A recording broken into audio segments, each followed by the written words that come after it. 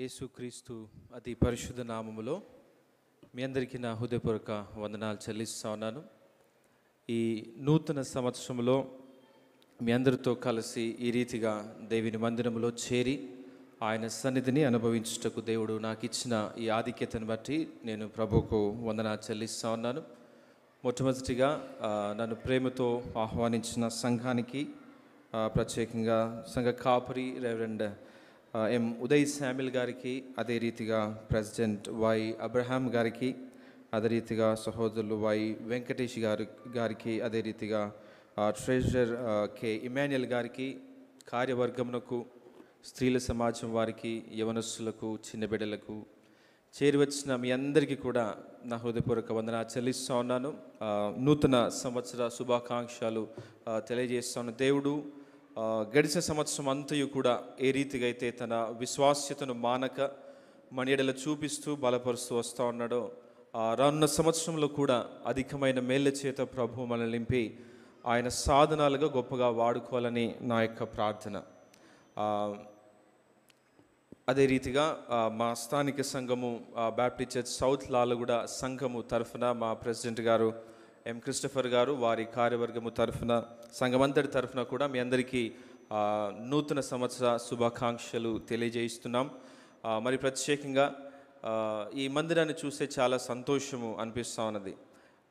ఇక్కడ నుండి సౌత్ లాలగూడలో ఉంటా ఉన్న వై పురుషోత్తం గారు నిజంగా లాలగూడ సంఘానికి వారు అనేక సంవత్సరాలు ప్రెసిడెంట్గా వారు ఉంటా ఉన్నారు. గడిచిన టర్మ్లో కూడా వారు ప్రెసిడెంట్గా ఉన్నారు.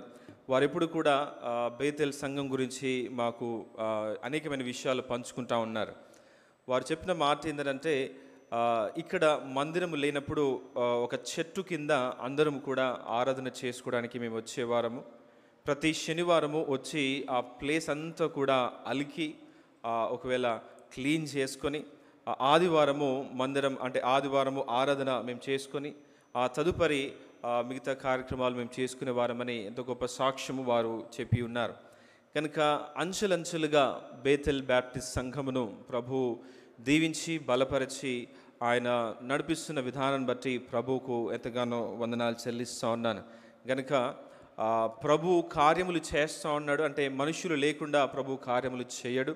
ఇక్కడ ప్రభుతో పాటు నడిచి, ప్రభుతో పాటు పరిచర్యలో ముందు కొనసాగి ఈ పరిచర్యను ఇంతగా బలపరచడానికి కారకులైన వారందరికీ కూడా వారిని, వారి కుటుంబాలను ప్రభు దీవించి బలపరచాలని నేను ప్రార్థిస్తూ ఉన్నాను.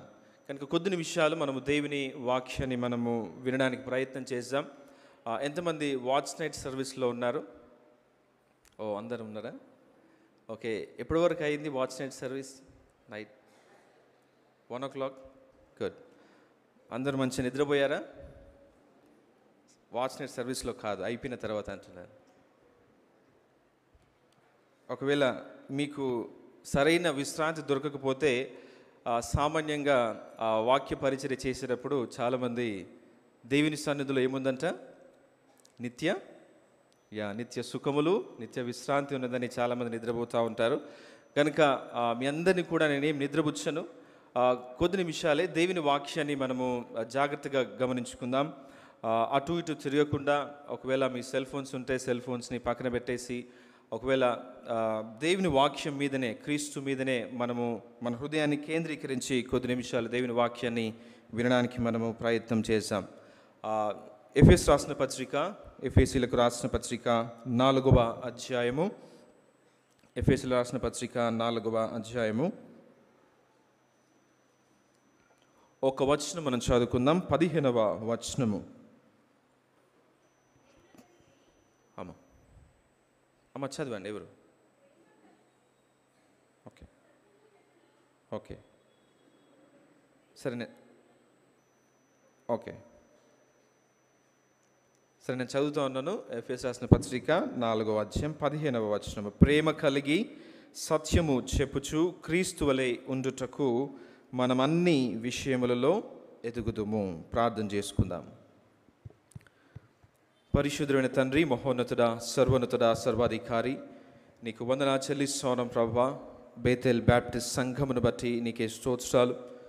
గడిచిన సంవత్సరం అంతయు ప్రభా మరి నీ విశేషమైన కనికరమును ప్రభా ప్రియ సంఘము మీద మీరు కురిపించి మీరు నడిపించిన విధానమును బట్టి నీ కొందనాలయ ప్రభా. ఈ నూతన సంవత్సరములో ప్రభా మీరే వారితో మా అందరితో ప్రభా మీరుంటూ ముందుకు నడిపిస్తారని నమ్మి నిన్ను స్తుతిస్తూ నిన్ను ఘనపరుస్తున్నాం తండ్రి.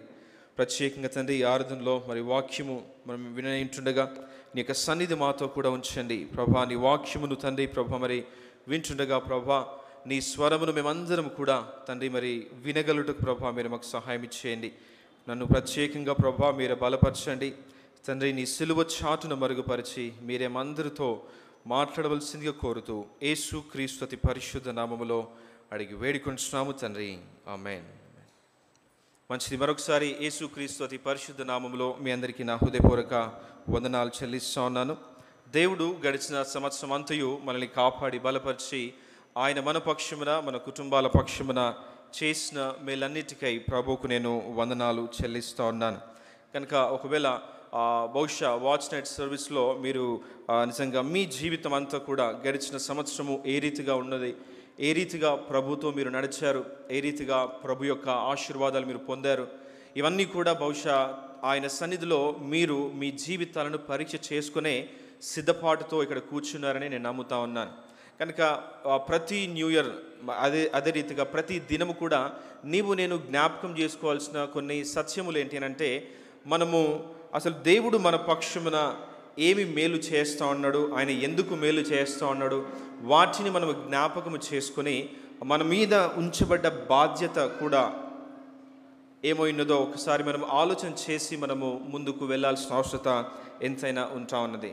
ఒకవేళ మనం ఆలోచన చేసినట్లయితే గడిచిన సంవత్సరం అంతయు కూడా మనము మన ఎడల దేవుడు తన కనికరాన్ని చూపించాడు. ఆ కనికరము చూపించిన ఆ దేవుడు నిజంగా ఆయన మన మంచితనమును బట్టి ఆయన ప్రవర్తించాడు ఎప్పుడు కూడా, లేక మన గొప్పతనమును బట్టి ఆయన ప్రవర్తించాడు. కానీ ఆయన మంచితనమును బట్టి, ఆయన గొప్పతనమును బట్టి, ఆయన కృపను బట్టియే మన ఎడల ఆయన వ్యవహరిస్తూ ఉన్నాడు అన్న సత్యాన్ని నీవు నేను జ్ఞాపకము చేసుకోవాలి. ఒకవేళ 103వ కీర్తనలో చెప్పబడ్డ మాట ఏంటంటే, ఆయన మన పాపములను బట్టి ఆయన మనకు ప్రతీకారము చేయలేదు, ఆయన మన దోషములను బట్టి మనకు ప్రతిఫలము ఇవ్వలేదు అని మనం వింటా ఉన్నాం. అంటే యేసుక్రీస్తు కనుక ఒకవేళ గడిచే సంవత్సరంలో మనము మన జీవితంలో చేసిన పొరపాట్లన్నిటినీ కూడా ఆయన లెక్కగట్టి దానికి ఒకవేళ 31st రోజు వాచ్ నైట్ సర్వీస్లో మనకి ఇస్తే ఎలా ఉంటుందమ్మా? ఈ న్యూ ఇయర్ సర్వీస్లో ఎవరు కూడా ఉండరు. ఎందుకంటే దేవుని యొక్క కృప, దేవుని యొక్క కనికరము అంత ఉన్నతమైనది. అంటే ఆయన ప్రతి పాపమును ఆయన లెక్కగట్టి మన మీద మోపి భారముగా ఆయన మనకు చేయడం లేదు, కానీ ఆయన కనికరము చొప్పున నిజంగా ఆయన యొద్దకు వచ్చి వారి నెలను ఆయన యాక్సెప్ట్ చేస్తూ ఆయన ఏం చేస్తూ ఉన్నాడంటే ఆయన వారి పాపమును క్షమించి బలపరిచి అవకాశములు ఇస్తూ ఉన్నాడు. ఈ మందిరములో ఈ సమయంలో నీవు కూర్చున్నావంటే దేవుడు నీకు అవకాశమును ఇచ్చాడు. దేవుడు అవకాశం ఇవ్వకుండా ఎవరము కూడా ఒక్క దినమును కూడా నీవు నేను చూడలేం. కనుక ఆయన అవకాశం ఇచ్చాడు కాబట్టి ఆయన ఇంకా బ్రతకనివ్వండి అని ఆ తోటమాలి ఆ చెట్టుతో చెప్పిన రీతిగా యేసుక్రీస్తు ప్రభుల వారు కూడా మన జీవితాన్ని ఆయన పరిశీలన చేసినప్పుడు ఇంకొక సంవత్సరం కూడా ఉండనిమ్ము అని ప్రభు పలికాడు కాబట్టి, బ్రతుకుము అని ఆయన పలికాడు కాబట్టి ఈ దినము ఆ జీవమును నీవు నేను కలిగి దేవుని మందిరములో మనం కూర్చొని ఉన్నాం. కనుక ఈ నూతన సంవత్సరంలో మనం జ్ఞాపకం చేసుకోవాల్సిన అతి ప్రాముఖ్యమైన మాట ఏంటంటే, మనం ఎందుకు బ్రతికి ఉన్నాము అనంటే మొట్టమొదటి కారణం ఏంటంటే మనము ప్రభువును బట్టి బ్రతికి ఈ క్షణంలో నీవు నేను ఉన్నాం. ఒకవేళ ఈ గడిచిన సంవత్సరం అంతయు కూడా బహుశా ఒకవేళ నీ ఫిజికల్ ఫిట్నెస్ గురించి నువ్వు ఎన్నో కార్యాలు బహుశా నువ్వు చేయవచ్చు. ఒకవేళ నీ యొక్క భౌతికమైన ఆరోగ్యం గురించి నువ్వు ఎన్నో చిట్కాలు పాటిస్తూ నీ ఆరోగ్యాన్ని కాపాడుకున్నావేమో, అనేకమైన విషయాలు నువ్వు నిజంగా ముందుకు వెళ్ళావేమో, కానీ అది కాదు ఈ నూతన సంవత్సరంలోనికి నిన్ను నడిపించింది. ఈ నూతన సంవత్సరంలోనికి నిన్ను నడిపించింది ఏంటంటే దేవుని కృప, దేవుని యొక్క కనికరము అన్న సత్యము నీవు నేను జ్ఞాపకం చేసుకోవాలి. ఎందుకు ప్రభు మనల్ని బ్రతికిస్తూ ఉన్నాడంటే మొట్టమొదటిగా ప్రభువును బట్టే ఆయన బ్రతికిస్తూ ఉన్నాడు.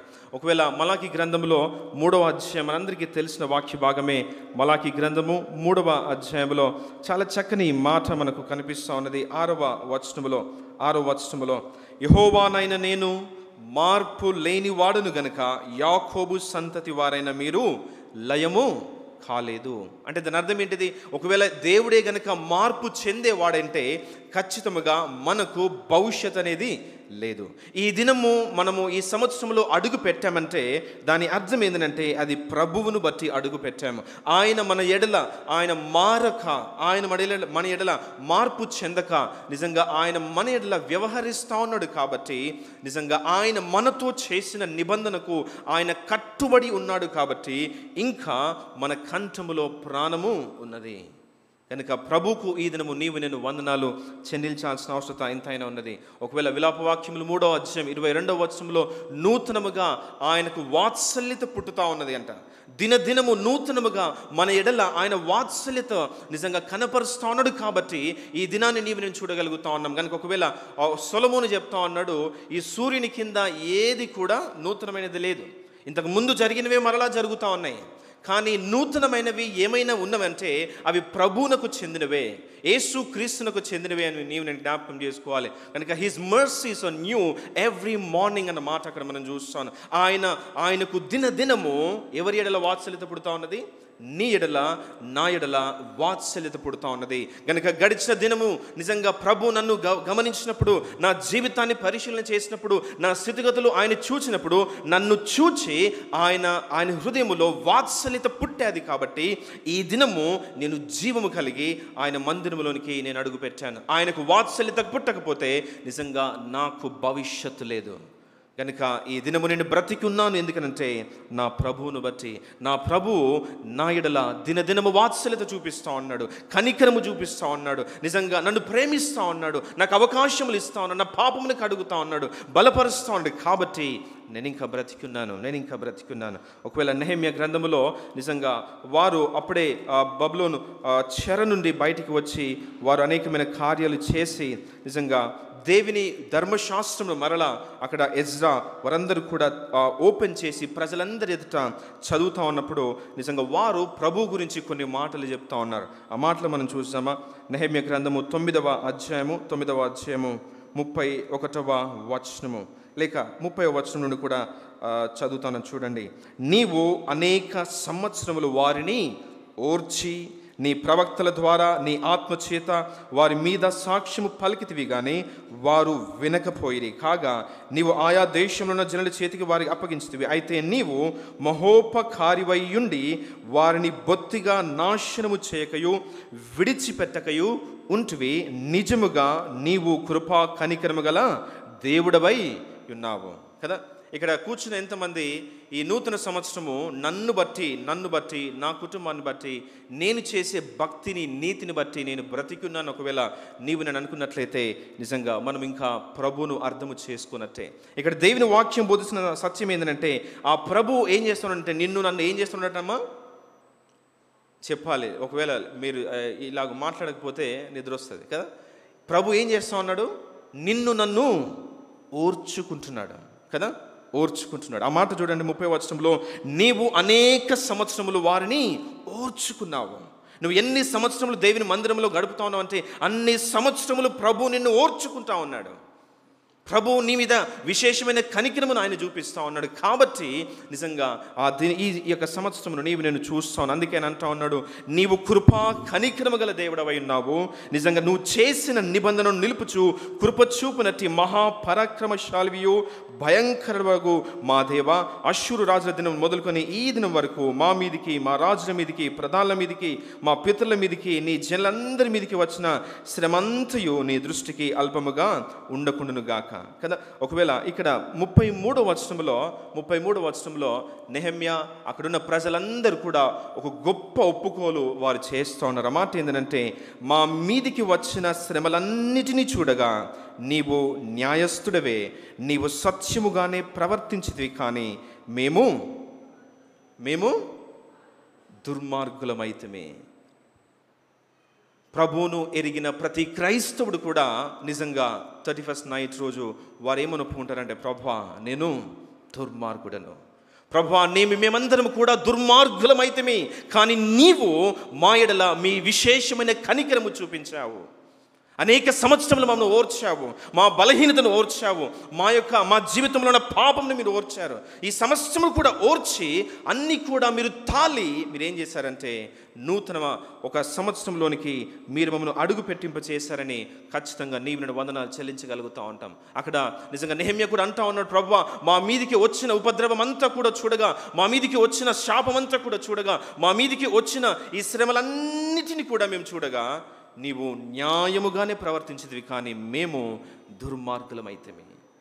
ఆ దుర్మార్గతను ప్రభు ఓర్చి ఈ దినము నీకు ఒక నూతన సంవత్సరమును ప్రభు అనుగ్రహించాడు. అందుకు నువ్వు ప్రభుకు వందనాలు చెల్లించాలి. అందుకే రెండవ మాట ఏంటంటే, ఎందుకు నూతన సంవత్సరము ప్రభు మనకి ఇచ్చాడంటే, ఒకటి ప్రభువును బట్టి ఇచ్చాడు, మనల్ని బట్టి కాదు, మన మంచితనమును బట్టి కాదు, మన గొప్పతనమును బట్టి కాదు, మన నీతి భక్తి మనము చేసే పరిచర్య వీటన్నిటిని బట్టి కాదు, కానీ ఆయనను బట్టి. ఆయన మార్పు లేనివాడు, ఆయన కనికరము గలవాడు, ఆయన కృపగలవాడు. కాబట్టి ఈ నూతన సంవత్సరాన్ని నీకు నాకు ఆయన దయచేశాడు. రెండవ మాట ఏంటంటే, ఆయన ప్రభువును బట్టి మాత్రమే కాదు, కానీ ఈ నూతన సంవత్సరము ఎవరి కొరకంటే ప్రభు కొరకే కదా. ఎవరి కొరకు? పౌలు ఒక చక్కని మాట అంటాడు. ఆ మాట ఏంటంటే, జీవించు వారికి మీదట చెప్పాలి, జీవించు వారికి మీదట తమ కొరకు కాక తమ నిమిత్తము చనిపోయి మృతి చెంది తిరిగి లేచిన ఆ ప్రభు కొరకే జీవించాలని మనందరము కూడా నిశ్చయించుకుంటున్నామంటా ఉన్నాడు. కనుక అవకాశం ఇచ్చిన ఆ దేవుణ్ణి నేను అర్థము చేసుకొని, అవకాశం ఇచ్చిన ఓర్చుకున్న ఆ దేవుణ్ణి అర్థము చేసుకొని మనం నేర్చుకోవాల్సిన సత్యం ఏంటంటే, ఈ జీవితాన్ని మనం ఎవరి కొరకు జీవించాలమ్మా? ఎవరి కొరకు జీవించాలంటే ఆ ప్రభు కొరకే నిన్ను జీవించాల్సిందిగా ప్రభు ఆశపడతా ఉన్నాడు. ఒకవేళ లూకాసు వార్త 13వ అధ్యాయంలో నిజంగా ఒక చిన్న ఉపమానం మనకు కనిపిస్తూ ఉన్నది. లూకాసు వార్త 13వ అధ్యాయంలో ఇంతకుముందుకు మనం ఆ మాట నేను జ్ఞాపకం చేశాను. 13వ అధ్యాయంలో 8వ వచనంలో ఆయన అంటున్నాడు చూడండి, అయితే వాడు అయ్యా, లేక 7వ వచనంలో, గనుక అతడు ఇదిగో 3 ఏండ్ల నుండి నేను ఈ అంజూరపు చెట్టున పండ్లు వెతుకుచున్నాను, కానీ ఏమీ దొరకలేదు.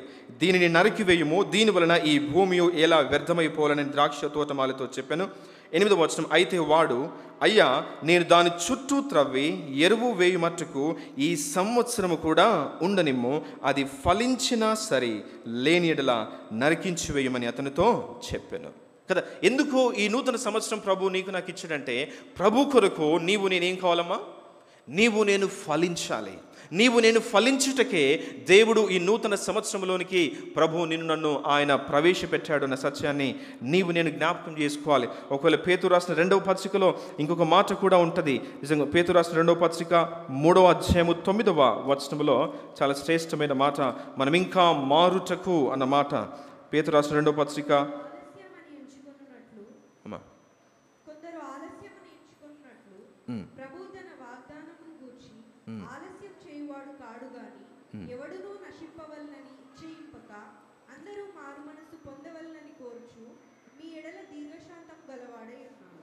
కదా. ప్రభు మన ఎడల ఏ రీతిగా ఉన్నాడమ్మా? దీర్ఘశాంతము. మనందరము కూడా మారాలని, నశించే అనేకులు నిజంగా మార్పు చెందాలని ఆయన రాకడ ఆలస్యం చేస్తూ ఉన్నాడు. ఆయన రాకడ ఆలస్యం చేస్తూ ఉన్నాడంటే దాని అర్థం ఏంటంటే, ఈ లోకానికి అవకాశం ఇస్తూ ఉన్నాడు, ఈ లోకానికి ఒక దినమును ఆయన నిజంగా ఒక బహుమతిగా ఇస్తూ ఉన్నాడు అన్న సత్యాన్ని నేను జ్ఞాపకం చేసుకోవాలి. ఈ లోకంలో ఎందుకు మన జీవితాలను పొడిగిస్తూ ఉన్నాడంటే, నేను ఆయన స్వారూప్యంలోనికి, లేక ఆయన మన జీవితంలో ఆయన మనకిచ్చిన ఆ పనిని మనము నిజంగా ఫుల్ఫిల్ చేయుటకు దేవుడు మన జీవితంలో అవకాశం ఇస్తూ ఉన్నాడన్న సత్యాన్ని నేను జ్ఞాపకం చేసుకోవాలి. కనుక ఒకవేళ 31st నైట్ అనగానే, లేక న్యూ ఇయర్ అనగానే మనకు చాలాసార్లు వాగ్దానాలు మనము తీసుకుంటూ ఉంటాం కదా. వాగ్దానాలు తీసుకుని ఫస్ట్ రోజు అనేకమైన తీర్మానాలు మీ జీవితాల్లో మీరు చేసుకుంటూ ఉంటారు. ఎంతమంది తీర్మానాలు చేసుకున్నారు? అప్పటికే చేసుకున్నారమ్మా? ఈ మధ్య విశ్వాసులు చాలా తెలివిగా ప్రవర్తిస్తూ ఉన్నారు తెలుసా. ఎందుకంటే చెయ్యి లేపితే పాస్టర్ గారు ఏమంటారో, చెయ్యి లేపకపోతే పాస్టర్ గారు ఏమంటారో అని చెయ్యి ఆన్సర్ తెలిసినా లేపరు, తెలియకపోయినా లేపరు. పాస్టర్ గారు చెప్పండి విందాం అని నిజంగా ఎంతో జ్ఞానముతో నిజంగా విశ్వాసులు ఉంటా ఉన్నారు. ప్రభువుకు వందనాలు. కనుక న్యూ ఇయర్ అనగానే అనేకమైన రెజల్యూషన్స్ మన జీవితంలో మనం తీసుకుంటూ ఉంటాం కదా. ఒకవేళ ఈ యొక్క మన జీవితంలో తీసుకోవాల్సిన అతి ప్రాముఖ్యమైన రిజల్యూషన్ ఏమైనా ఉన్నదా? ఈ సంవత్సరము ఆది కాండం నుండి ప్రకటన గ్రంథం వరకు దేవుని వాక్యాన్ని చదువుతానని కొందరైతే 20 సంవత్సరాల నుంచి తీసుకుంటా ఉన్నారు. ఆ ఫైల్ ఇంకా పెండింగే. ఎన్నోసార్లు నిజంగా దేవుని దగ్గరకు వెళుతూ ఉన్నారు, ఎన్నోసార్లు అది నిజంగా అది ఆమోదం జరగాలని అనుకుంటా ఉన్నా, కానీ ఎన్నో కారణాల చేత, అనివార్య కారణాల చేత ఆ ఫైల్ ఎప్పుడు కూడా పెండింగ్గానే ఉంటా ఉన్నది. అనేకమైన ఒకవేళ ఈ సంవత్సరము మా ఇంట్లోనే గొడవ పడకూడదు, ఈ సంవత్సరము మా కుటుంబంలో సమాధానముగా నేను ఉండాలి, ఒకవేళ ఈ సంవత్సరము అనేకమైన ఒకవేళ నేను తీర్మానాలు చేసుకునవచ్చు. కానీ ప్రభు నిజంగా ఒకవేళ మనకు ఒక గొప్ప గోల్ మన అందరి జీవితంలో ఆయన ఇస్తూ ఉన్నాడు.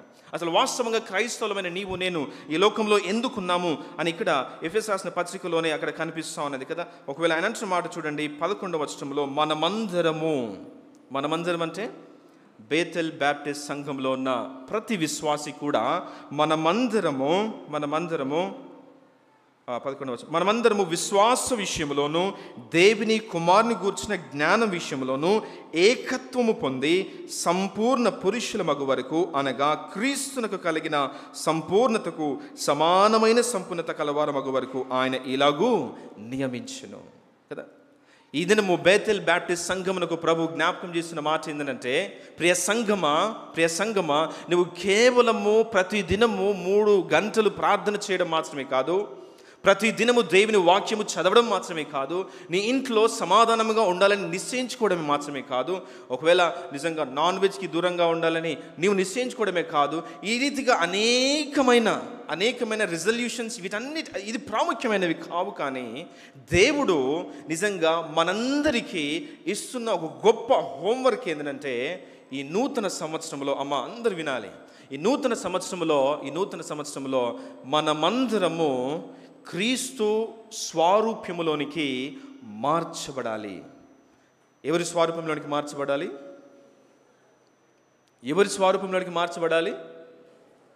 క్రీస్తు స్వరూపంలోనికి మార్చబడాలి. అదే మాట అక్కడ చెప్తాను కదా, మనమందరము విశ్వాస విషయములోను దేవుని కుమారుని గూర్చిన జ్ఞానం విషయములోను మనము ఏకత్వము పొంది సంపూర్ణ పురుషులము అగు వరకు, అనగా క్రీస్తునకు కలిగిన సంపూర్ణతకు సమానమైన సంపూర్ణతకు నేను అందరము కూడా వచ్చినట్లు ప్రభు ఈ రీతిగా నియమించాడని ప్రభు చెప్తా ఉన్నాడు. కనుక ఈ దినము నిజంగా నేను మా పాస్టర్ గారు వలె అవుతాను కాదు, ఈ సంవత్సరము లేక మా యొక్క సంఘ పెద్ద వలె నేను అవుతాను కాదు, ఈ సంవత్సరము నేను ఒక వ్యక్తి వలె అవుతాను, ఆ వ్యక్తి వలె అవుతాను, ఈ వ్యక్తి వలె అవుతాను, ఆ వ్యక్తి వలె ఉండాలని నేను నిశ్చయించుకుంటాను కాదు. కానీ ఈ సంవత్సరము ప్రభు నీ ఎడల కలిగి ఉన్న ఉద్దేశం ఏంటంటే, నీవు యేసు క్రీస్తునకు సమానమైన సంపూర్ణతలోనికి నీవు మార్చబడాలని ప్రభువు ఆశపడతా ఉన్నాడు. ఇది సాధ్యమా? సాధ్యం కాకపోతే దేవుని తన వాక్యములను రాసి ఉండేది కాదు. కనుక ఆ సాధ్యపరుటకు ఏం చేస్తూ ఉన్నాడు? అపోస్తలులను ఇస్తూ ఉన్నాడు, ప్రవక్తలను ఇస్తూ ఉన్నాడు, సువార్తకులను ఇస్తూ ఉన్నాడు, కాపలను ఇస్తూ ఉన్నాడు, ఉపదేశకులను ఇస్తూ ఉన్నాడు. వీటందరినీ కూడా ఈ పరిచర్య ధర్మము అంతా కూడా ఎందుకనంటే, ప్రతి విశ్వాసి కూడా ఎవరి స్వరూపంలోనికి మార్చబడాలంటే యేసుక్రీస్తు స్వరూపంలోనికి మార్చబడాలి. ఎందుకంటే ఇది యేసుక్రీస్తు స్థాపించిన సంఘము, ఆయన స్వరక్తమిచ్చి కొన్న సంఘము. యేసుక్రీస్తు నీ కొరకు నా కొరకు ఆ కల్వరి సిలువలో తన ప్రాణము పెట్టి నన్ను కొనుక్కున్నాడు. ఎందుకంటే ఆయన నన్ను తన స్వరూపంలోనికి మార్చుకొనుటకు. కనుక ఒకవేళ నా ఉద్దేశం ఏంటంటే, ఈ లోకంలో ఒక గొప్ప డాక్టర్ అవ్వాలని చాలామంది క్రైస్తవులు కలలు కంటా ఉన్నారు, ఈ లోకంలో గొప్ప ఇంజనీర్ అవ్వాలని చాలామంది క్రైస్తవులు కలలు కంటా ఉన్నారు. కానీ దానికంటే ముఖ్యమైనది ఒకటి ఉన్నది. నీవు డాక్టర్వో, నిజంగా ఒకవేళ ఒక కలెక్టర్వో, ఒకవేళ ఇంజనీర్వో అవ్వాలని ఎన్నో కళ్ళు కంటా ఉన్నావు. ఈ సంవత్సరమైనా అది ఎలాగైనా నువ్వు కొట్టాలని నువ్వు ప్రయాసపడతా ఉన్నావు. కానీ అది జరగాలంటే మొట్టమొదటిగా నీవు ఆయన స్వరూపంలోనికి మార్చబడుటకు నువ్వు అడుగులు వేయాలి. ఎన్నో సంవత్సరాలుగా క్రైస్తవ జీవితంలో మనం కొనసాగుతూ ఉన్నాం. ఎన్నో సంవత్సరముల క్రితము నేను బాప్టిజం తీసుకున్నాం. ఆ బాప్టిజం తీసుకున్న నేటి వరకు యేసుక్రీస్తు స్వరూపంలోనికి ఎంతగా నేను మార్చబడతా ఉన్నాం. మాటలు మారుతా ఉన్నాయా? మన చూపులు మారుతా ఉన్నాయా? మన జీవితంలో అనేకమైన విషయాలు మారకపోతే we are still we are still in the old nature. మనం ఇంకా ఆ పాత సంబంధమే కానీ మనము నవీన స్వభావం కలవారము కాము. ప్రభు చెప్తా ఉన్నాడు. నిజంగా ఒకవేళ కింది వచనాలు ఒకవేళ మనం చూస్తే ఒకవేళ 4వ అధ్యాయంలో ఆ మాటలు మనకు కనిపిస్తూ ఉంటాయి. కింది వచనంలో 4వ అధ్యాయం 18వ వచనంలో ఒక మాట చూసాం చూడండి. వారైతే అంధకార సంబంధమైన మనసు గలవారై తమ హృదయ కాఠిన్యం వలన తమలోనున్న అజ్ఞానము చేత దేవుని వలన కలుగు జీవముల నుండి వేరుపరచబడిన వారై తమ మనస్సునకు కలిగిన వ్యర్థతను అనుసరించి నడుచుకుంటున్నారు. చాలామంది క్రైస్తవులుగా చేయబడుతున్నారు, కానీ ఇంకా ఎవరు వారి హృదయంలో ఎవరు వారి జీవితాన్ని నడిపిస్తున్నారంటే వారి చిత్తం నడిపిస్తూ ఉన్నది. నా ఇష్టము కదా, నా జీవితము యవ్వన కాలంలో నా జీవితము నా ఇష్టము, నా చిత్తము. అక్కడ దేవుని వాక్యం బోధిస్తున్న సత్యం ఏంటంటే తమ మనస్సునకు కలిగిన వ్యర్థతను అనుసరించి ఇంకా నడుచుకుంటూ ఉన్నారు. కానీ ప్రభు నిజంగా ఆయన స్వరూపంలోనికి నీవు మార్చబడాలని ఆ చీకట్లో నుండి వెలుగులోనికి ప్రభు నిన్ను నడిపించాడు. ఆ వెలుగులో నువ్వు ఎంతవరకు నడుస్తూ ఉన్నావు, ఆ వెలుగులో ఆ స్వారూప్యతలోనికి నువ్వు ఎంతవరకు మార్చబడుతూ ఉన్నావన్న సత్యము నీకు అది ప్రభుకే ఖచ్చితంగా తెలుసు. అమ్మ, ఎన్నో సంవత్సరాలుగా క్రైస్తవునిగా నీ ఉంటా ఉన్నావు. నీ మాట మారకపోతే నిజంగా నీకు మనకు అన్యజనులకు ఎటువంటి తేడా లేదు. నిజంగా ఒకవేళ బహుశా కేవలము జ్ఞానపరంగా యేసుక్రీస్తు ఎవరో నీకు తెలుసు, కానీ నిజంగా అనుభవపూర్వకముగా ఆయన స్వరూపమును నీవు ధరించుకుంటే నిజంగా ఆయన నీ హృదయాంతరంగములో నుండి మార్పును ఆయన తీసుకొని వస్తూ ఉంటాడు. అందుకే ఎవడైనా క్రీస్తునందు యెడల వాడు నూతన సృష్టి, పాతవి గతించెను, ఇదిగో సమస్తము నూతనపరచబడతామని నేను ప్రభు జ్ఞాపకం చేస్తూ ఉన్నాడు. కనుక కొద్ది నిమిషాలు నేను అంటే ఏ రీతిగా ఈ స్వరూపంలోనికి అనగా యేసుక్రీస్తు స్వరూపంలోనికి నీవు నేను మార్చబడగలమో మనం చూద్దాం. ఒకవేళ 15వ వచనంలో ఒక మాట చూద్దామా. ఎఫెసీయులకు రాసిన పత్రిక 4వ అధ్యాయం 15వ వచనంలో ప్రేమ కలిగి సత్యము చెప్పుచు క్రీస్తు వలె ఉండుటకు మనమన్ని విషయములలో ఎదుగుతాము కదా. ఈ మాట మనందరం చెప్పాలి. ప్రేమ కలిగి,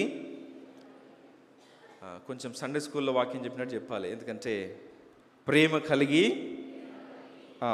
కలిగి సత్యము చెప్పుచు క్రీస్తు వలె ఉండుటకు నేను అన్ని విషయములలో ఎదుగుతాను. ప్రభుతో ఈ తీర్మానము నేను చేసుకోవాలి. నేను ఎవరి స్వరూపంలోనికి మార్చబడాలంటే క్రీస్తు వలె ఉండుటకు అన్ని విషయములలో నేను ఎదగాలి. కనుక యేసుక్రీస్తు జీవితాన్ని నేను పరిశీలన చేసినప్పుడు ఆయన వలె మారాలంటే మొట్టమొదటిగా ఆయన జీవితంలో ఉన్న అతి ప్రాముఖ్యమైన సత్యము ఏంటంటే ఆయన తండ్రి అయిన దేవునితో ఎడతెగని గొప్ప సహవాసము తన జీవిత కాలము ఆయన కలిగి ఉన్న దేవుడిగా నాకు కనిపిస్తూ ఉన్నాడు. కనుక మొట్టమొదటిగా ఈ నూతన సంవత్సరంలో దేవుడు నీ మీద నా మీద ఉంచుతున్న ఒక గొప్ప బాధ్యత ఏంటంటే నీవు క్రీస్తు వలె ఉండాలి అనంటే మొట్టమొదటిగా నువ్వేం చేయాలంటే నేనేం చేయాలంటే దేవునితో సహవాసము కలిగి జీవించడం నేర్చుకోవాలి కదా. ఎంతమంది దేవునితో సహవాసం చేస్తూ ఉన్నారు? పాత నిబంధన కాలంలో హానోకు దేవునితో నడిచినవాడు అన్న పేరు ఆయనకున్నది. దేవునితో నడుస్తూ ఉన్నాడు, కష్టంలో నడుస్తూ ఉన్నాడు, ఇష్టంలో నడుస్తూ ఉన్నాడు, వ్యాధిలో నడుస్తూ ఉన్నాడు, బాధలో నడుస్తూ ఉన్నాడు. ఆ బాట ఎంత కఠినమైనా కూడా ప్రభుతో నడుచుటకు ఆయన ఇష్టపడుతూ ఉన్నాడు. యేసుక్రీస్తు జీవితాన్ని కూడా మీరు పరిశీలన చేయండి. ఎక్కడ కూడా ప్రభుతో ఆయన నిజంగా ఎడము అయినట్టుగా నేను చూడము. ఆయన జీవితంలో మనం ఆలోచన చేసినట్లయితే ఉదయం లేవగానే నిజంగా రాత్రంతా కూడా దేవుని సన్నిధిలో ఏకాంతముగా ఉండి ఆయన ప్రార్థన చేస్తూ ఉన్నాడు. క్రైస్తవుడా, ఒకవేళ ఏకాంత ప్రార్థన నీ జీవితంలో నిజంగా ఎప్పుడు నేను అలవాటు చేసుకుంటూ ఉంటాం. చాలామంది ఇక్కడికి పిలిచి ప్రార్థన చేయమంటే బహుశా మనం గొప్ప ప్రార్థన నేను చేయవచ్చు. కానీ క్రైస్తవ జీవితము ఎటువంటిదంటే నిజంగా it's a tip of an iceberg అంటే తెలుసు కదా. టైటానిక్ షిప్ దేనికి ఢీకొని మునిగిపోయింది? మంచు పర్వతం. మంచు పర్వతం కదా. ఐస్బర్గ్ అంటే మంచు పర్వతం. ఆ మంచు పర్వతం బయట మనకు కొంతే కనిపిస్తూ ఉంటుంది, కానీ దాని లోపల నిజంగా దాని ఫౌండేషన్ చాలా గొప్పగా ఉంటా ఉంటుంది. క్రైస్తవ జీవితము ఆ రీతిగా ఉంటా ఉన్నది.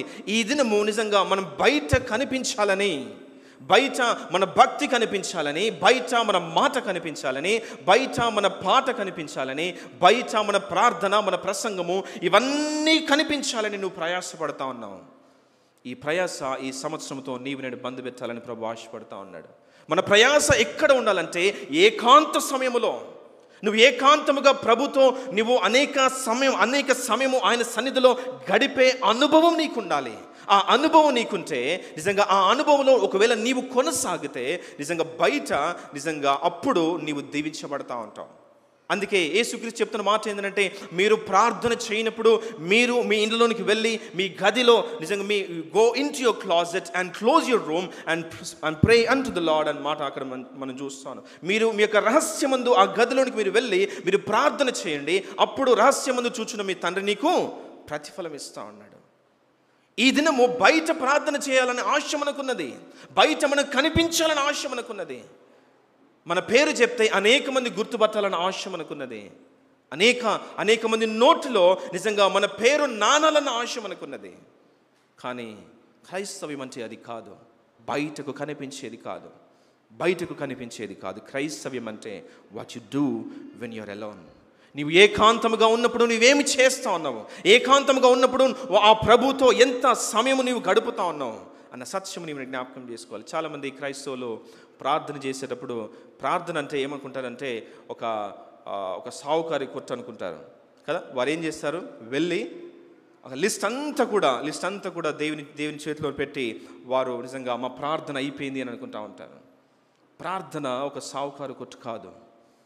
నువ్వు వెళ్ళి ఏదో you are not procuring something as you are going into the presence of the lord.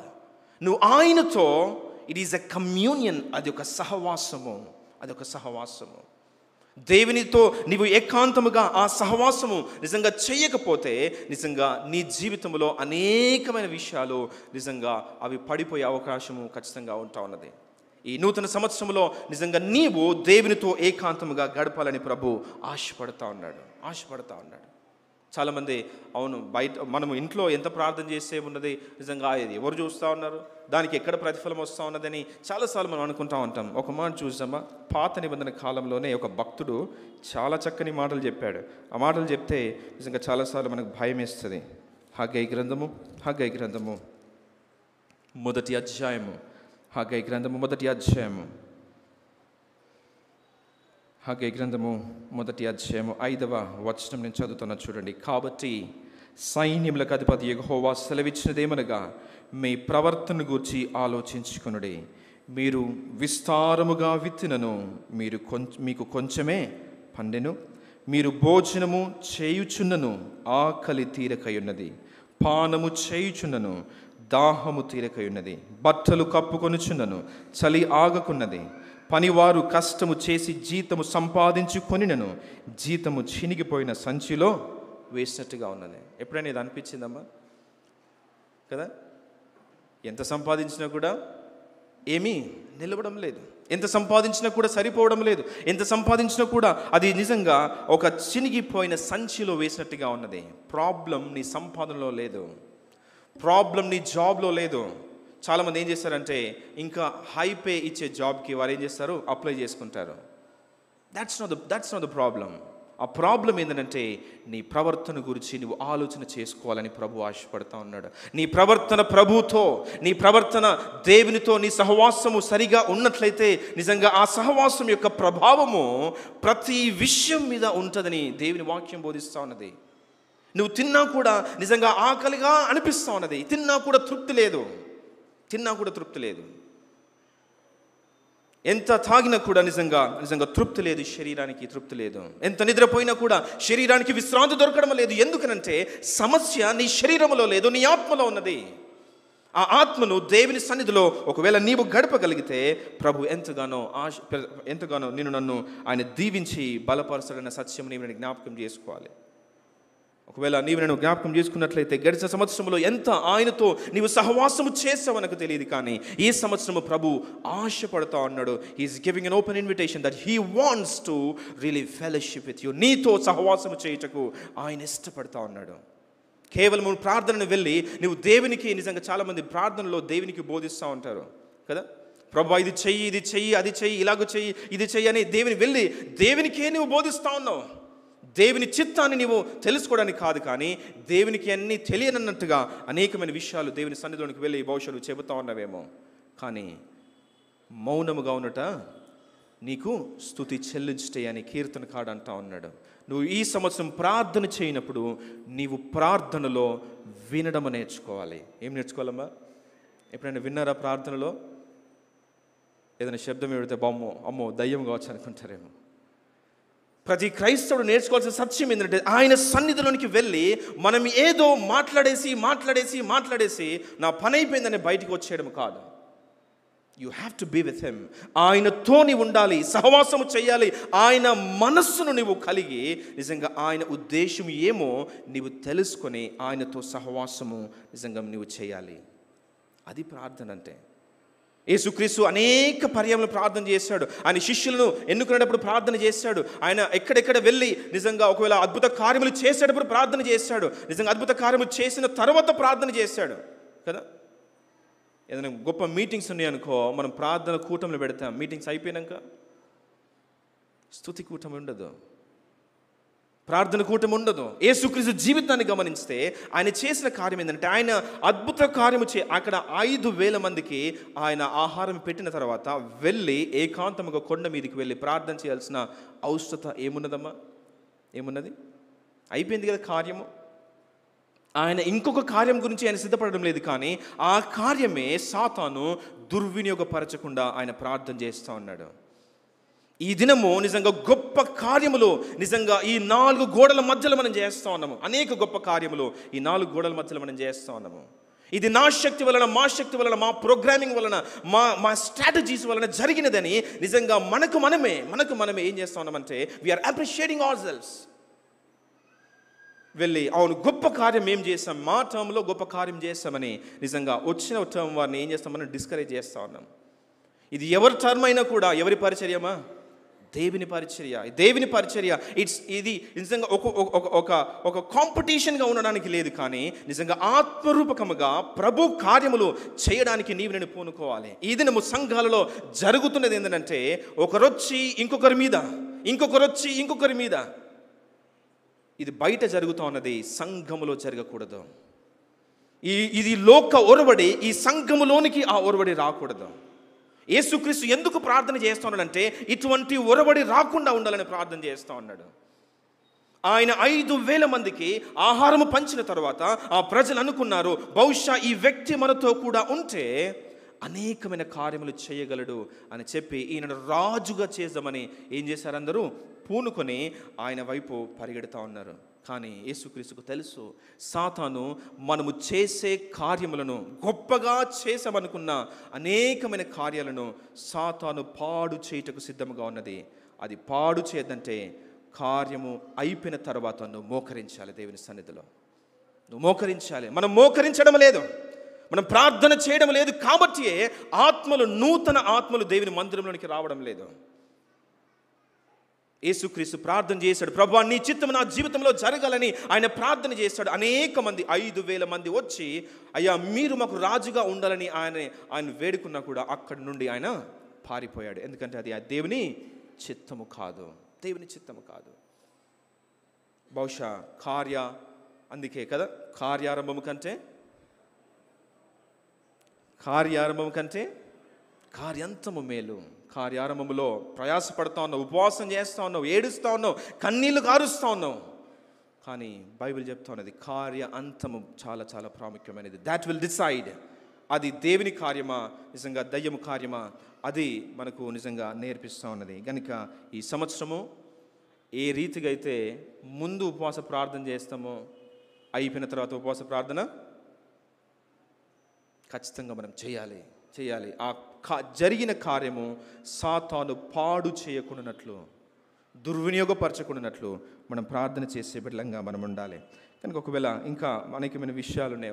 యేసుక్రీస్తు నిజంగా ఆయన జీవితంలో నిజంగా ఎక్కడ కూడా దేవుని వాక్యానికి అనేక సార్లు ఆయన ప్రాధాన్యతనిచ్చిన వాడుగా మనం చూస్తాను. ఒక మాట మనం చదివి ముందుకు కొనసాగుతాను నేను. ఒకవేళ హెబ్రీ రాసిన పత్రిక 5వ అధ్యాయంలో, హెబ్రీలకు రాసిన పత్రిక 5వ అధ్యాయంలో 7వ వచనం, శరీరధారి అయిన దినములలో మహారోదనతోనూ కన్నీళ్లతోనూ తన్ను మరణం నుండి రక్షింపగలడానికి ప్రార్థనలు యాచనలు సమర్పించి భయభక్తులు కలిగి ఉన్నందున ఆయన అంగీకరింపబడెను. ఆయన కుమారుడయుండి తాను పొందిన శ్రమలను వలన విధేయతను నేర్చుకొనెను. యేసుక్రీస్తు మాదిరి అక్కడ చూపిస్తాను కదా. ఆయన తన శరీరధారిగా ఉన్న ఆ దినములలో ఆయన ఏం చేస్తాడంటే, ఆయన నేను దేవుణ్ణి కదా అని అనేకమైన విషయాల్లో ఆయన నిర్లక్ష్యము ఆయన చేయలేదు. కానీ వేదనతోనూ రోదనతోనూ కన్నీళ్లతోనూ ఏం చేశాడమ్మా? ప్రార్థన చేశాడు. ఆ ప్రార్థనలో నీవు నేను కొనసాగాలని ప్రభు ఆశపడతా ఉన్నాడు. అందుకే యేసుక్రీస్తు జీవితాన్ని మనం పరిశీలన చేస్తే, ఆయన జీవితాన్ని పరిశీలన చేసినప్పుడు అక్కడ ఆ బాప్తిజం తీసుకునేటప్పుడు యేసుక్రీస్తు గురించి చెప్పే మాట ఏంటంటే, ఈయన నా ప్రియ కుమారుడు, ఈయన యందు నేను ఆనందించున్నాను కదా. ఇందాక మనం చెప్పినట్టుగా కార్యాంతము మేలనట్టుగా ఆ నిజంగా ట్రాన్స్ఫిగరేషన్ మౌంట్ మీద కూడా, రూపాంతర కొండ మీద కూడా యేసుక్రీస్తు గురించి చెప్పబడుతున్న మాట ఏంటంటే, ఈయన నా ప్రియ కుమారుడు, ఈయన యందు నేను ఆనందించున్నాను. He is God's chosen child throughout his life. ఆయన జీవితకాలం అంతయు కూడా దేవుని ప్రియ కుమారుడే, దేవుని ప్రియ కుమారుడే అన్న సత్యాన్ని మీరు జ్ఞాపకం చేసుకోవాలి. రెండవదిగా మొట్టమొదటిగా యేసుక్రీస్తు వలె ఉండుటకు ఏ రీతిగా నీవు ప్రయాసపడాలంటే, దేవునితో ఎడతెగని సహవాసం దయచేసి మనం చేద్దాం. ఈ దినం మనుష్యుల వెంట మనం పరిగెడుతూ ఉన్నాం కదా. ఏ వ్యక్తితో మాట్లాడితే కార్యాలైతే మనకు తెలుసు, ఏ వ్యక్తిని మంచి చేసుకుంటే మనకు కార్యాలైతే తెలుసు. కానీ ఒకసారి ఆలోచించేయండి, దేవుని కంటే గొప్ప వ్యక్తులు ఈ లోకంలో ఎవరు లేరు. నువ్వు దేవుని పట్టుకున్నవా ఎటువంటి పరిస్థితుల్లోనైనా నీవు దేవుని పరిచర్యలో, దేవుని కొరకు ఈ లోకంలో నీవు జీవించగలవు. నువ్వు మనుష్యులను పట్టుకొని ఒకవేళ నువ్వు వేలాడుతున్నట్లయితే, మనుష్యుల మెప్పును కోరుకొని ఒకవేళ నీవు ముందు కొనసాగుతున్నట్లయితే నిజంగా మనకు భవిష్యత్తు లేదు అన్న సత్యాన్ని మీరు జ్ఞాపకం చేసుకోవాలి. అందుకే పౌలు గలతీ రాసిన పత్రికలో 1వ అధ్యాయం 10వ వచనంలో ఆయన అంటున్న మాట ఏంటంటే, నేను మనుష్యులను సంతోషపెట్టాలా, దేవుని సంతోషపెట్టాలా? ఒకవేళ నేను గనుక ఒకవేళ మనుష్యులను సంతోషపెట్టు వాడనైతే నేను క్రీస్తు పరిచారకుడను కాను అంటా ఉన్నాడు కదా.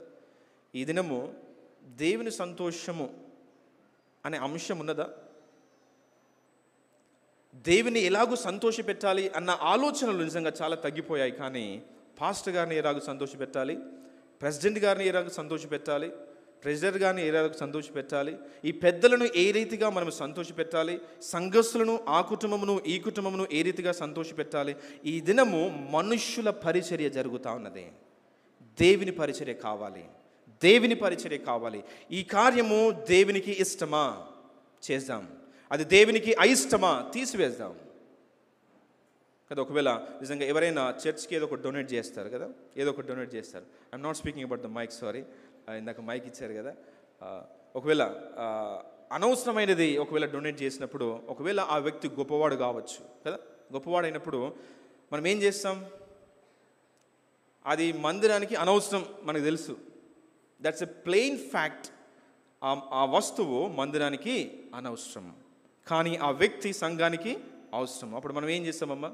అనవసరమైనది కూడా తీసుకొచ్చి ఇక్కడ పెడతాం. ఎందుకంటే ఆయనను బట్టి. ఈ దినము ఇవి జరగడం లేదమ్మా, ఇవే జరుగుతూ ఉన్నాయి. మనుష్యులను బట్టి కార్యములు జరుగుతూ ఉన్నాయి. ఆ వ్యక్తి ఎంత గొప్పవాడైనా కూడా అది దేవుని మందిరానికి అయిష్టమైతే, ఒకవేళ యేసుక్రీస్తు ఒక చిత్రపటం ఎవరైనా తీసుకుని వచ్చి బహుకరించారనుకో, మనం అంగీకరిస్తామా? ఒకవేళ గొప్పవాడు కావచ్చు, ధనికుడు కావచ్చు కదా, ఒకవేళ మన మన మన మన ప్రాంతపు ఎమ్మెల్యే గారు కావచ్చు, అంతకంటే ఉన్నతమైన వ్యక్తి కావచ్చు, వారు నిజంగా అది బహుకరించారని మనము ఒక మూలకు దాన్ని పెట్టడం కాదు. కానీ నిజంగా ఒకవేళ మనం దేవుని విషయం ఆలోచన చేయాలి, అది ఎంతవరకు దేవునికి మహిమ తీసుకొచ్చేదిగా ఉంటా ఉన్నది, ఎంతవరకు ఈ వ్యక్తి చేసే కార్యము నిజంగా దేవుడు అంగీకరిస్తాడు. దాన్ని మనం స్క్రూటనైజ్ చేసి నిజంగా అది దేవునికి విరుద్ధమైతే ఖచ్చితంగా ఆ వ్యక్తిని నేను ఎదిరించే బిడ్డలంగా మనం ఉండాలి కదా. ఎంతమంది ఎదిరిస్తామన్నామమ్మా కదా. ఒకవేళ వెలుగులో ఉన్న వారి బాధ్యత ఏంటంటే, అక్కడున్న ఒక చక్కని మాట ఏంటంటే, మనము చీకటిలో ఉన్న వాటిని మనం ఏం చేయాలంటే ఖండించాలంట. ఈ దినము ఖండించే ధైర్యము కాంగ్రిగేషనల్ చర్చెస్లో ఎవ్వరికీ లేదు, చచ్చిపోయింది. అది సమాధి చేయబడి 3 దినాలు కాదు, 3 సంవత్సరాలు కాదు, 300 ఏళ్ళు అయింది కావచ్చు. మనం ఖండించడం లేదు. ప్రేమ అనే ముసుగులో అసత్యమును కూడా అంగీకరిస్తూ ఉన్నాము. ప్రేమ అనే ముసుగులో పాపమును కూడా అంగీకరిస్తూ ఉన్నాం. ప్రేమ అనే ముసుగులో అనేకమైన కార్యాలు చేస్తాను. ఈ సంవత్సరము నీవు ఖండించడం నేర్చుకో. ఎందుకంటే నీ దేవుడు రోషము కలిగిన దేవుడు. ఆయన కొన్నిటిని సహించడు, నీవు సహించకూడదు. ఫినెహాసు పాత నిబంధన కాలంలో ఆయన పాపమును సహించని వాడిగా ఉంటా ఉన్నాడు. ఆయన అయ్యో మా ఊళ్ళే కదా, అయ్యో మా కుటుంబీకులే కదా, మా వర్గము వారే కదా, మాకు చెందిన వారే కదా. వీటన్నిటిని బట్టి మనం ఏం చేస్తున్నామంటే సత్యమును అమ్ముతా ఉన్నాం. కనుక ఈ సంవత్సరము అటువంటి కార్యములు మనం చేయకుండా ఖండించే సంఘముగా ఏం చేయాలి? పాపపు క్రియలను, చీకటి క్రియలను ఖండించే సంఘముగా నీవు ఉండాలని ప్రభువు ఆశపడుతూ ఉన్నాడు. రెండవ మాట నేను చెప్తాను. ఒకవేళ రెండవది క్రీస్తు వలె ఉండాలంటే మొట్టమొదటిగా క్రీస్తు వలె దేవునితో సహవాసము చేయాలి. రెండవది క్రీస్తు వలె శ్రమపడుటకు నీవు నేను ఇష్టపడాలి. చాలాసార్లు న్యూ ఇయర్ సర్వీస్లో ఎవరైనా కూడా ఆశీర్వాదాలే బోధిస్తారు కదా. ఈ సంవత్సరం అంతా కూడా దేవుడు మిమ్మల్ని ఆశీర్వదించాలి, మిమ్మల్ని దీవించాలి అని బోధిస్తూ ఉంటారు.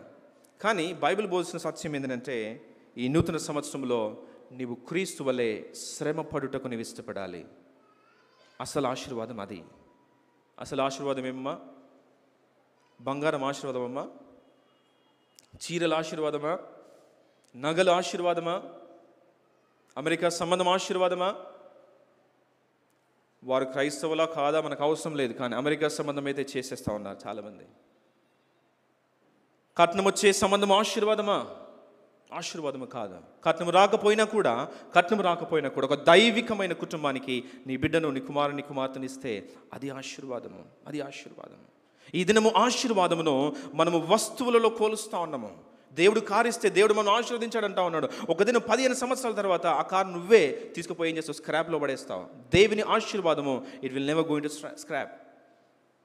దేవుడు ఇచ్చే ఆశీర్వాదము ఐశ్వర్యం ఇస్తుంది. కానీ నిజంగా ఒకవేళ నీవు ఆలోచన చేసుకున్నట్లయితే దేవుడు ఇచ్చే అతి ప్రాముఖ్యమైన ఆశీర్వాదాలన్నీ కూడా ఏ సంబంధమైనవి? పర సంబంధమైనవి. జ్యోతిర్మయుడగు తండ్రి యొద్ద నుండి వచ్చే ప్రతి ఆశీర్వాదము ఈ ఇహ సంబంధమైనవి కావు, కానీ పర సంబంధమైనవి అన్న సత్యాన్ని నీవు నన్ను జ్ఞాపకం చేసుకోవాలి. ఆయన అందుకే రెండవ మాట నేను చెప్తున్న మాట ఏంటంటే, నీవు ఈ సంవత్సరం అంతా కూడా నువ్వు క్రీస్తు వలె శ్రమ పడుటకు నీవు ఇష్టపడితే అదే నీ కుటుంబానికి, నీ జీవితానికి ఆశీర్వాదము. దానికి మించిన ఆశీర్వాదము లేదు. నువ్వు క్రీస్తు కొరకు ఈ లోకంలో, సత్యము కొరకు ఈ లోకంలో, వెలుగు కొరకు ఈ లోకంలో ఒకవేళ నీవు నిలబడుటకు నువ్వు నిశ్చయించుకున్నట్లయితే నిజంగా అదే ఆశీర్వాదముగా దేవుడు ఖచ్చితంగా నన్ను ఆయన నిలబెట్టడానికి ఇష్టపడతా ఉన్నాడు. ఒక మాట చూద్దాం. మొదటి పేతురు రాసిన పత్రిక 2వ అధ్యాయము. పేతురు రాసిన మొదటి పత్రిక 2వ అధ్యాయము 21వ వచనంలో, క్రీస్తు కూడా మీ కొరకు బాధపడి మీరు తన అడుగు జాడల యందు నడుచుకున్నట్లు మీకు మాదిరి ఉంచిపోయెను. ఆయన పాపము చేయలేదు, ఆయన నోటను ఏ కపటమును కనబడలేదు, ఆయన దూషింపబడియో బదులు దూషింపలేదు, ఆయన శ్రమ పెట్టబడియో బెదిరింపక న్యాయముగా తీర్పు తీర్చు దేవునికి తన్ను తాను అప్పగించుకొనెను. ఇది ఆశీర్వాదం కదా. ఒకసారి ఆలోచన చేయండి. యేసుక్రీస్తు గనక ఆయనను దూషించిన వారిని బదులు దూషిస్తే మనకు రక్షణ వచ్చేది కాదు. ఆయన సహించాడు కాబట్టి, ఆయన ఓర్చుకున్నాడు కాబట్టి, ఆయన శ్రమ పడ్డాడు కాబట్టి, ఆయన దేవునికి తను తాను అప్పగించుకున్నాడు కాబట్టి ఈ దినము రక్షణ అను ఆశీర్వాదమును నీవు నేను అనుభవిస్తా ఉన్నాము. ఆ శ్రమ నుండి పుట్టినది ఆ ఆశీర్వాదము. ఈ దినము క్రైస్తవులముగా ఆయన నామము కలిగిన నీవు నేను మనం ఏం చేయాలంటే ఆయన వలె ఈ లోకంలో ఏం చేయాలి? శ్రమ పడాలి. అందుకే నన్ను వెంబడించుకోరు వారు తన్ను తాను ఉపేక్షించుకొని, అంటే నా అన్న స్వభావం లేకుండా, నాకు సంబంధించినది లోకంలో ఏది కూడా లేకుండా దానిని అంతా కూడా నేను పక్కన పెట్టేసి నేనేం చేయాలంటే ఆయన సిలువను నేను ఎత్తుకొని నేను వెంబడించాలి. ఈ నూతన సంవత్సరంలో దేవుడు నీకు ఇచ్చే పిలుపు ఏంటంటే కారు కాదు, బంగ్లా కాదు, అమెరికా సంబంధము కాదు, ఆయన సిలువ. ఆయన సిలువ. ఆయన సిలువను ఒకవేళ నీవు నేను ఎత్తుకొని వెంబడించినట్లయితే ఆ సిలువలోనే సమస్తమైన ఆశీర్వాదం ఉన్నది. ఆయన వలె నడుచుటలోనే ఆశీర్వాదం ఉన్నది. నిన్ను తిట్టిన వారిని మరలా నువ్వు తిడుతూ ఉన్నావంటే నువ్వు క్రీస్తుతో పాటు శ్రమపడడం లేదు. యేసు క్రీస్తు నిజంగా ఆయన తిట్టిన వారికి నిజంగా తన జీవితాన్ని అప్పగించుకున్నాడు. కొట్టేవారికి తన వీపును అప్పగించుకున్నాడు. ఉమ్మేవారికి తన ముఖమును అప్పగించుకున్నాడు. ఈ దినము క్రైస్తవులు ఎంత బలహీనులు అంటే ఒక్క మాట పడుట కూడా వారికి చేత కావడం లేదు. సహించలేకపోతా ఉన్నాము. ఒక వ్యక్తి నిన్ను నన్ను తిడుతూ ఉన్నప్పుడు ఆ మాటను భరించేంత ఆధ్యాత్మికమైన పరిస్థితి ఈ దినము తగ్గిపోతా ఉన్నది. దేవుడు చూసుకుంటాడులే, నేను ప్రార్థన చేస్తానులే, దేవుడే తగిన సమయంలో ఆయన కార్యము చేస్తాడులే అన్న ఈ మాటలు తగ్గిపోతా ఉన్నాయి. కానీ ఏమంటావు అంటే అలాగా నేను కూడా చూసుకుంటాను, నాకు కూడా అవకాశం వస్తుంది. ఈ దినము ప్రతీకారములలో మనం వెళుతూ ఉన్నాము. అందుకే ఆశీర్వాదాన్ని కోల్పోతా ఉన్నాము. ఈ సంవత్సరం నీవు ఆశీర్వదింపబడాలంటే నీవు క్రీస్తు వలె సహించడము, ఓర్చుకోవడము, దేవునికి నీ జీవితాన్ని అప్పగించుకోవడము నేర్చుకుంటే దానికి మించిన ఆశీర్వాదం లేదు. వారు తిడుతూ ఉన్నారని, వీరు తిడుతూ ఉన్నారని, వారు ఆ మాట అన్నారని, వీరి ఈ మాట అన్నారని మనము కూడా వారి వలె మారుటకు చాలాసార్లు ప్రయత్నం చేస్తూ ఉన్నాము. మీరు ఇంటికి వెళ్ళిన తర్వాత ఇర్మియాకు దేవుడు ఇచ్చిన గొప్ప పిలుపుని మీరు చదవండి. 15వ అధ్యాయంలో ఆయన అంటున్న మాట ఏంటంటే, ఇర్మియా, నీవు నిజంగా నా ప్రజల మధ్యలో ఉన్నావు, కానీ నీవు వారి వలె మారకూడదు, కానీ వారు నీ వలె మారాలి. నువ్వు చాలా మంచివాడవే, మంచిదానవే, కానీ ఒకరు తిట్టేంత వరకే నువ్వు మంచిదానవు. ఎవరైనా తిట్టారనుకో అంతే. నాకు కోపం వస్తే నేను మంచోని కాదంటాం కదా, నన్ను ఒక మాట అంటే నేను మంచోని కాదంటా ఉంటాం కదా. ఈ సంవత్సరము దయచేసి కోపం వచ్చినా మంచోళ్ళుగానే ఉందాం, కష్టపెట్టినా మంచోళ్ళుగానే ఉందాం, టార్చర్ పెట్టినా కూడా మంచోళ్ళుగానే నీవు ఉండడానికి ప్రయత్నం చేసాం. అక్కడ ఉన్నది కదా ఆశీర్వాదము. కారు ఆశీర్వాదమా? కారులో ఏం ఆశీర్వాదం లేదమ్మా. నీ సహించడంలో ఆశీర్వాదం ఉన్నది. ఒక దినము వాడబారని మహిమ కిరీటము ప్రభువునికి ఇవ్వబోతున్నాడు. ఎందుకంటే నువ్వు ఆయనతో పాటు సహిస్తూ ఉన్నావు కాబట్టి. ఒక దినము ఆయనతో పాటు ఏలే అధికారం నీకు ఇస్తాడు, ఎందుకంటే నువ్వు సహిస్తూ ఉన్నావు కాబట్టి. మాటకు మాట అంటే ఆశీర్వాదం లేదు, మాటకు మాట అంటే ఆ మహిమ కిరీటం లేదు. ఆ కిరీటాన్ని అసలు బహుశా చూడనీయడు కూడా కావచ్చు ప్రభు మనల్ని. ఈ సంవత్సరము ఓర్చుకోవడానికి ప్రయత్నం చేద్దాం. ఆ వ్యక్తి ఇలా ఉన్నది, అలా ఉన్నది, ఆ వ్యక్తి ఇలా ఉన్నాడు, ఇలా ఉన్నాడని అనేక సార్లు మనం సనిగి సంహారకుని చేత నశించే బదులు మన జీవితాన్ని ప్రభు చేతిలో పెడితే ఆయన చూచుకుంటాడు కదా. యెహోవా ఈరే అంటే ఆయన చూచుకుంటాడు. యెహోవా ఈరే అంటే మన ఆహారం నిమిత్తమే కాదు, మన వస్త్రం నిమిత్తమే కాదు, కానీ మన అవసరతల నిమిత్తమే కాదు, కానీ ఆయన తగిన సమయంలో రెస్పాండ్ అయి మన పక్షమున కార్యము చేస్తాడు. అందుకే ఆయనను యెహోవా ఈరే అని నీవు నేను అంటా ఉన్నాం. కనుక యెహోవా ఈరే అనే ఈ మాటతో మనము ముందుకు ఈ సంవత్సరము కొనసాగాలి. చాలాసార్లు ఒకవేళ మనం సహిస్తూ ఉన్నాము కావచ్చు, కానీ నిజంగా యేసుక్రీస్తు జీవితాన్ని మనం పరిశీలన చేస్తే యెషయా గ్రంథము 53వ అధ్యాయంలో ఆయన ఎంత భయంకరమైన శ్రమను ఆయన అనుభవించాడో నీవు నేను చూడవచ్చు. యెషయా గ్రంథము 53వ అధ్యాయంలో ఆయన గురించి రాయబడ్డ మాటలు 5వ వచనంలో, మన అతిక్రమములను బట్టి అతడు గాయపరచబడెను, మన దోషములను బట్టి నలుగుగొట్టబడెను, మన సమాధానార్థమైన శిక్ష అతని మీద పడెను, అతడు పొందిన దెబ్బల చేత మనకు స్వస్థత కలుగుచున్నది. మనమందరము గొర్రెల వలె త్రోవ తప్పితిమి, మనలో ప్రతివాడు తనకిష్టమైన త్రోవకు తొలగెను, యెహోవా మన అందరి దోషము అతని మీద మోపెను కదా. ఇంతగా శ్రమపడ్డ తర్వాత ఒకవేళ బహుశా మనమే గనుక సంఘంలో అన్ని పనులు చేసిన తర్వాత ఓట్ ఆఫ్ థ్యాంక్స్లో మన పేరు చెప్పకపోతామా? ఇక ఉంటుంది, సెక్రటరీకి ఉంటుంది. నెక్స్ట్ టైం ఇక ఆ సెక్రటరీకి మనం సపోర్ట్ చేయము, ఎందుకంటే ఆయన మనల్ని అక్నాలెడ్జ్ చేయడం లేదు. అక్నాలెడ్జ్మెంట్ కొరక మనం చేసే పనులు, మనుష్యుల మెప్పు కొరక మనం చేసే పనులు. యేసుక్రీస్తు చూడండి, ఆయన దౌర్జన్యము నొందాడు. ఈ మాట ఒక్కసారి మన హృదయంలో అది నాటుకునండి. యేసుక్రీస్తు ఏం నొందాడమ్మా? దౌర్జన్యం నొందాడు. మనం దౌర్జన్యం నొందామా? దౌర్జన్యం నొందలేదు. ఆయన దౌర్జన్యం నొందాడు. ఆయన బాధింపబడ్డాడు, మన నిమిత్తము పాపముగా చేయబడ్డాడు. ఇవన్నీ చేసిన తర్వాత ఒకవేళ మనమే యేసుక్రీస్తు అంతటి శ్రమను ఒకవేళ పొంది ఉన్నట్లయితే రక్షణ ఇచ్చేటప్పుడు మనం ఏమంటాం? నేనింత శ్రమపడ్డాను కాబట్టి నేను ఉచితంగా ఇచ్చేది లేదు, వాళ్ళని కూడా ఏం చేయాలి? శ్రమ పెట్టాలి.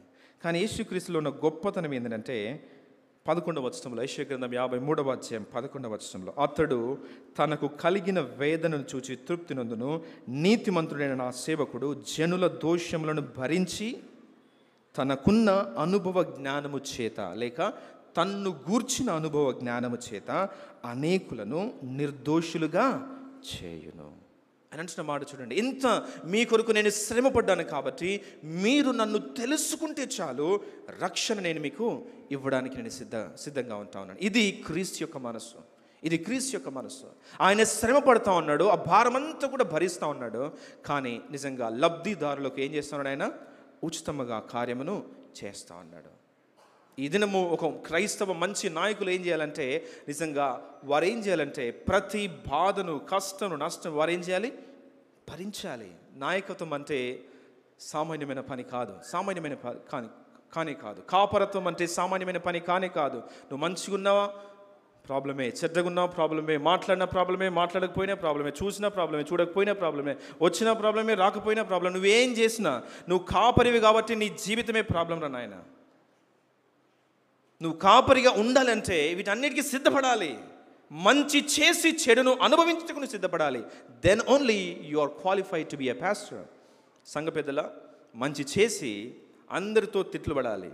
మంచి చేసి అందరితో తిట్లు పడాలి. దానిని నీవు దిగమింగాలి. ఎందుకంటే ఆ పిలుపు నీది. యేసుక్రీస్తు ఏం చేశాడంటే, ఆయన సమస్తం అందరూ ఆయన అన్నప్పుడు ఆయన మారు మాట పలకలేదు, కానీ ఆయన ఏం చేశాడు? ఓర్చుకున్నాడు. అది నాయకుని యొక్క లక్షణము. నాయకత్వంలో అనేక మంది నాయకులుగా ఉండాలని ఇష్టపడుతూ ఉంటారు, కానీ నాయకత్వంలో 2-3 వారాలు కొనసాగగానే మనకు వెంటనే తెలిసిపోతూ ఉంటుంది దాని యొక్క భారము, దాని యొక్క బరువు, దాని యొక్క బాధ్యత ఎంత ఉంటా ఉంటుందో. నువ్వు క్రైస్తవుడిగా ఈ లోకంలో నువ్వు కొనసాగాలంటే ఆయన కొరకు నీవు శ్రమ పడాలి, ఓర్చుకోవాలి, సహించాలి. అప్పుడే దేవుడు ఆశీర్వదిస్తాడు. చివరికి ఒక్క మాట చెప్పి నేను ముగిస్తాను. ఆ మాట ఏంటంటే, నీవు అన్ని విషయంలో క్రీస్తు వలె తగ్గించుకోవాలి. మొట్టమొదటిగా నువ్వు క్రీస్తు వలె ఉండుటకు ప్రయాసపడాలి అంటే దాని అర్థం ఏంటంటే, నువ్వు దేవునితో సహవాసం చేయాలి. రెండవదిగా నువ్వు క్రీస్తు వలె శ్రమ పడుటకు నువ్వు ఇష్టపడాలి. మూడవదిగా నువ్వు క్రీస్తు వలె తగ్గించుకోవాలి. ఫిలిప్పీయులకు రాసిన పత్రిక 2వ అధ్యాయం 5-11 వచనాలు. ఎంతమంది క్రిస్మస్ సమయంలో ఈ యొక్క పోర్షన్ చదివారు? ఎంతమంది చదివారు? క్రిస్మస్ సమయంలో మనం చదవాల్సింది లూకా సువార్త, యెషయా గ్రంథము, అవన్నీ బ్యాక్గ్రౌండ్. కానీ అసలు విషయం ఎక్కడ ఉంటుందంటే, ఫిలిప్పీయులకు రాసిన పత్రిక 2వ అధ్యాయం 5-11 వచనాలలో మనకు కనిపిస్తూ ఉన్నది. అక్కడ యేసుక్రీస్తు వలె నీవు నేను ఉండాలంటే, క్రీస్తు వలె ఉండుటకు అన్ని విషయంలో నీవు ఎదగాలంటే ఆయన మనస్సును కలిగి ఉండాలని చెప్తున్నాను కదా. ఫిలిప్పీయులకు రాసిన పత్రిక 2వ అధ్యాయము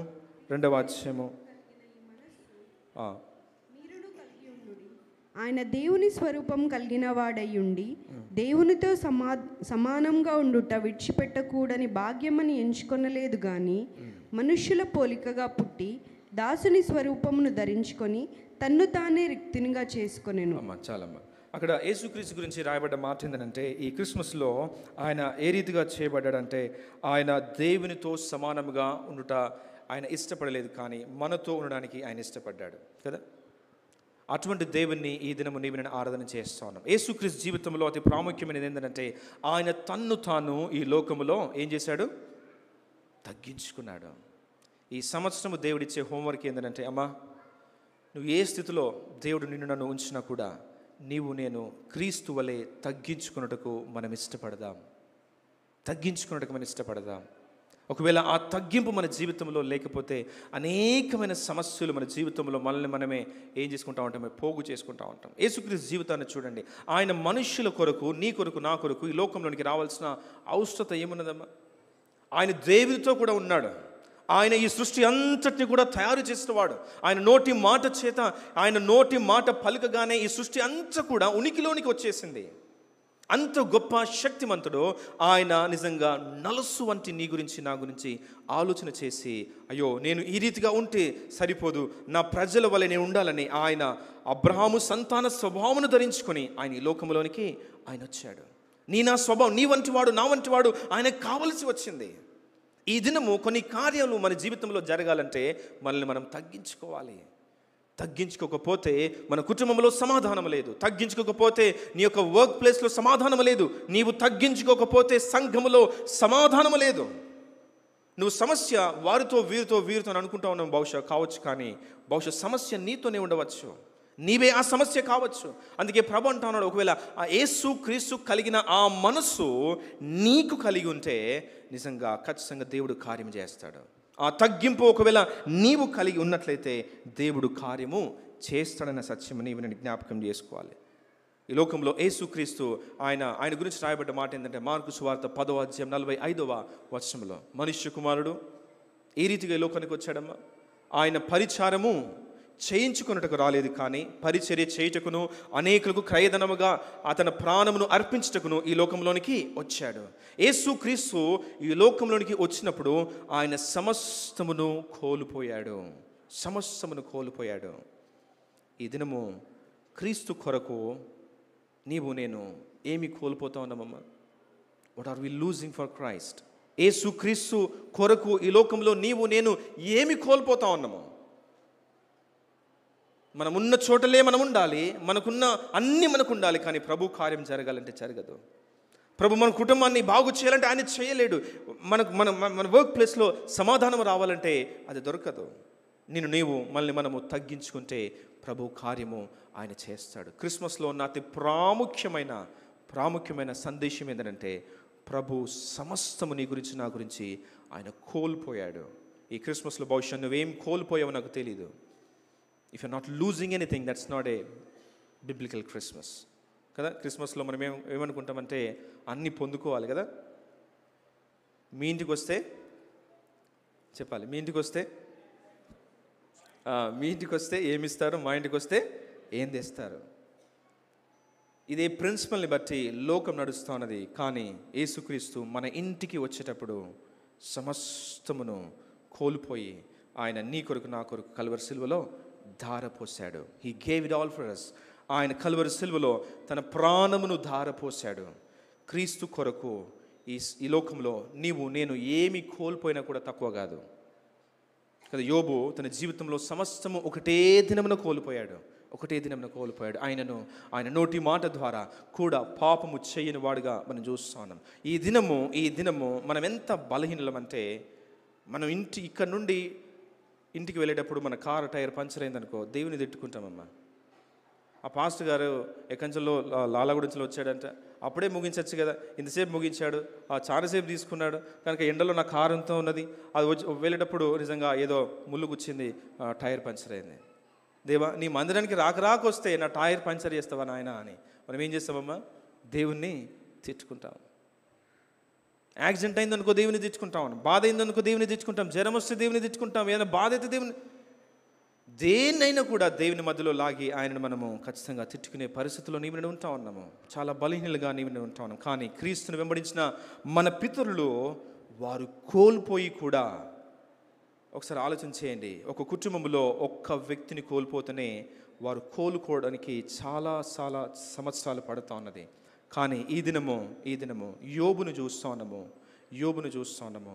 తన పిల్లలందరినీ కూడా ఒక దినము కోల్పోతూ ఉన్నాడు. ఆస్తినంతా కూడా ఒకటే దినము కోల్పోతూ ఉన్నాడు. యట్ యెహోవా ఇచ్చెను, యెహోవా తీసుకొని పోయెను, ఆయన నామమునకే మహిమ కలుగునుగాక. దేవుణ్ణి అంతగా నీవు అర్థం చేసుకోవాలని ప్రభు ఆశపడతా ఉన్నాడు.